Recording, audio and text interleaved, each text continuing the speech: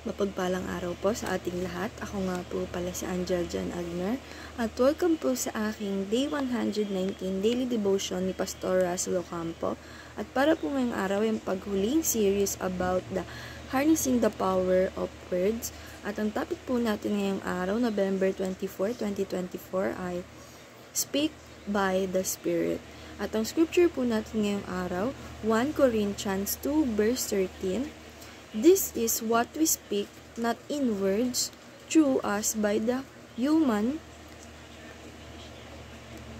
but in words start by the Spirit, explaining spiritual realities with Spirit through words. Sa Tagalog naman po, kaya nga kami ay nangangaral hindi sa pamamagitan ng karunungan ng tao, kundi sa pamamagitan ng Espiritu. Ang ipinapaliwanag namin ay mga katotohanan spiritual para sa mga nagtataglay ng Espiritu. Teaching number 1, the Spirit speak to us.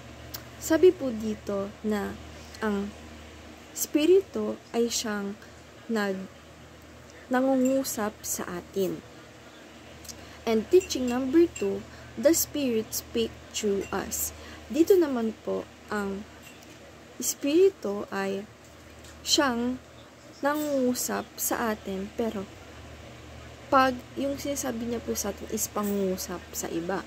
Like, Holy Spirit will send and teach us, tuturuan tayo ng mga bagay na sasabihin natin para makausap sa ibang tao para ipahatid ang salita ng Diyos. And teaching number 3, the Spirit empowers our words.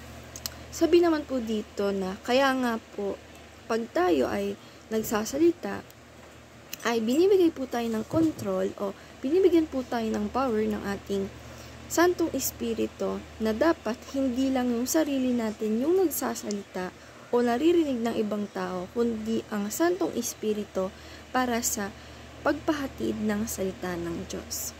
And application number 1, receive words from the Spirit.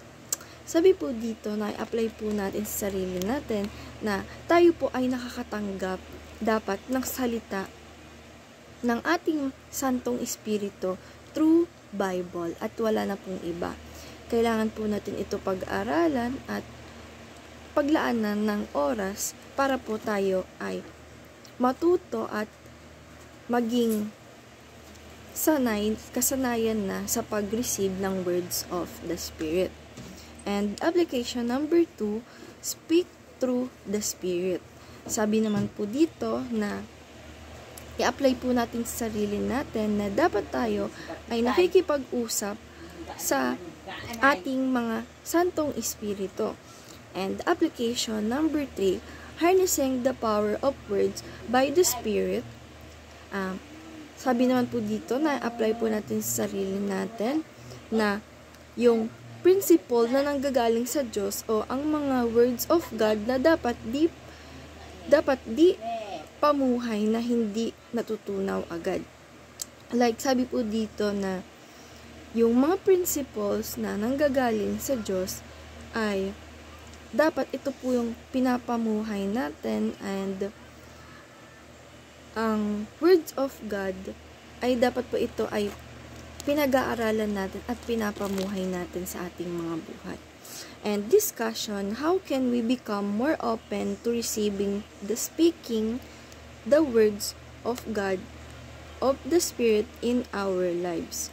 Para po sa akin, para po sa devotion ngayong araw na yung pagsalita po natin or pag-receiving and speaking ng words of God is talaga pong pinag-aaralan ito through Bible para po masanay at mahasa tayo.